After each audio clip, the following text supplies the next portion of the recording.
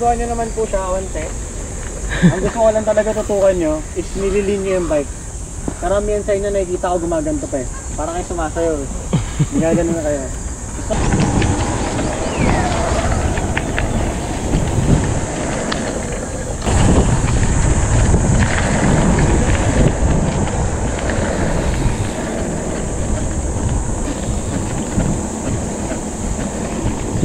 Kuya,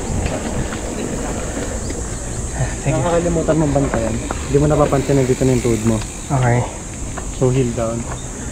Pero ang ganda dito, ganda, perfect.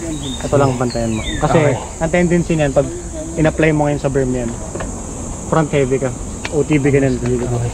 So heel down.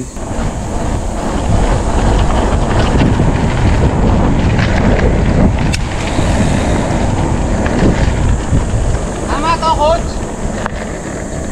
So recap lang, yung una natin ginawa, body position, yung attack position. Tayo first step, yun. Pantayan nyo, lock nyo lang muna, slightly bent, elbows out, heel down. Yun lang yun. Okay, so ngayon ma-appreciate nyo kung bakit pinipilit ko kayong elbow out. Second part ng lesson natin ngayon is yung cornering.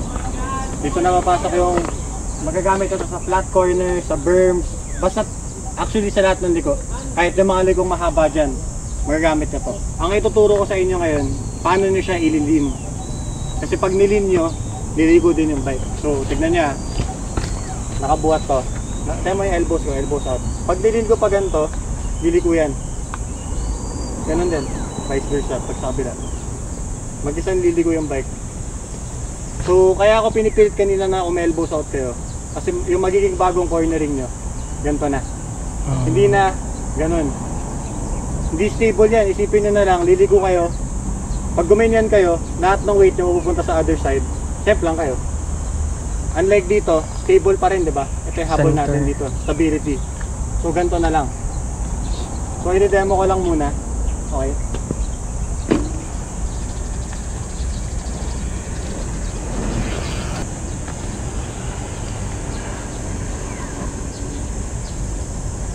Kung mapansin nyo, yung tinuro kong attack position kanina, tapos diba sabi ko wag nyo rin ipitin. Kasi pag inipit nyo yan, hindi maglilin yan. Dapat medyo wide. Okay, try. Wah, hirap. Hirap na.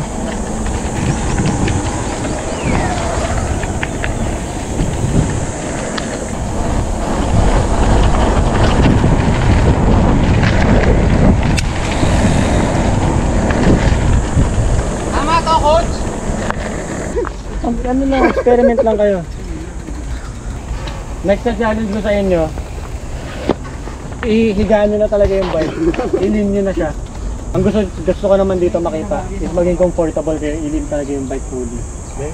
Yung body.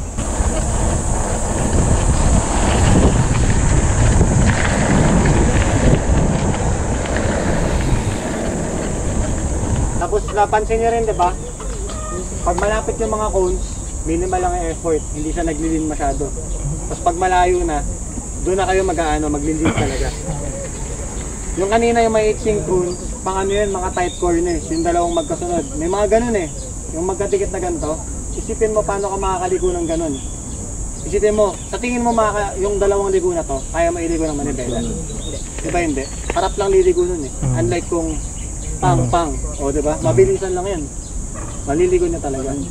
Paanong fees no? Halimbawa meron ito. Kumbaga may rate ka ng group session saka 1v1. Okay lang i-promote to? I-upload sa vlog or ano? Sige po.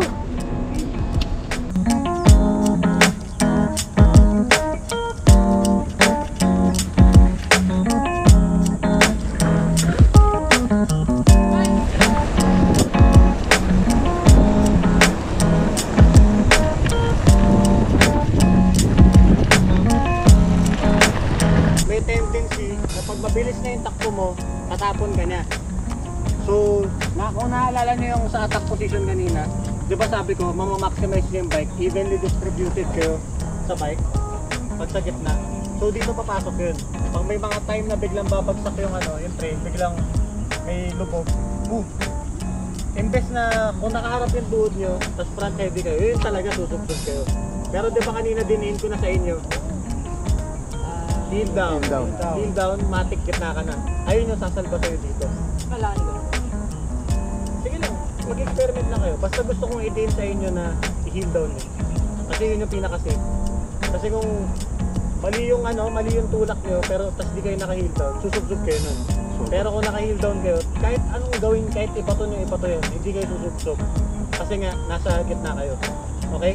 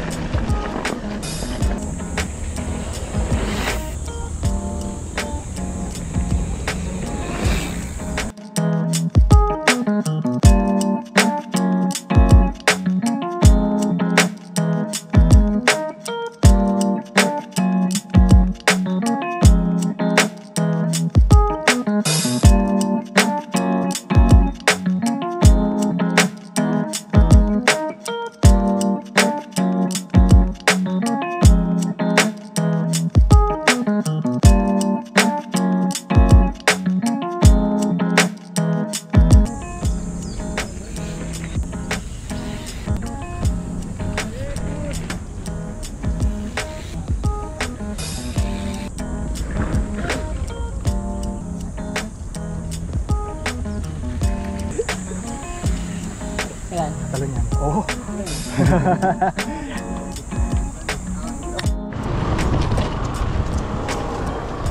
Kami coffee shop.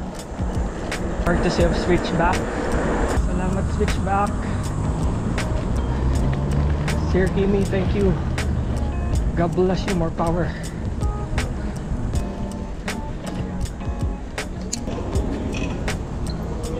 Oh, excuse me.